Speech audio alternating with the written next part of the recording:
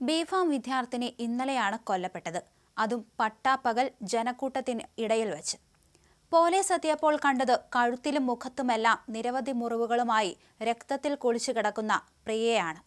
ബംഗളൂരുവിലെ ശ്രീരാമപുര റെയിൽവേ ട്രാക്കിന് സമീപമാണ് കൊലപാതകം നടന്നത്.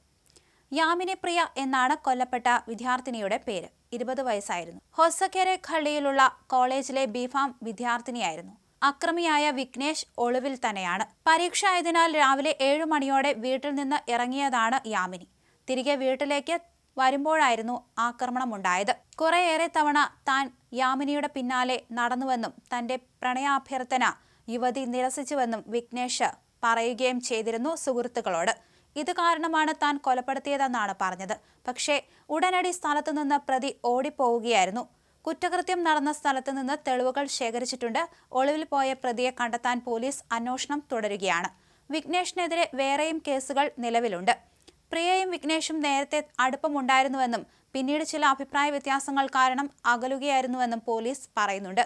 അതേസമയം ബന്ധം തുടരാനാവില്ലെന്ന് യാമിനി പറഞ്ഞിട്ടും വിഘ്നേഷ് വീട്ടിലേക്കും കോളേജിലേക്കുമുള്ള വഴിയിൽ പിന്നാലെ നടന്ന് ശല്യം ചെയ്യുകയായിരുന്നു. പിന്നാലെ യുവതി പരാതി നൽകുകയായിരുന്നു.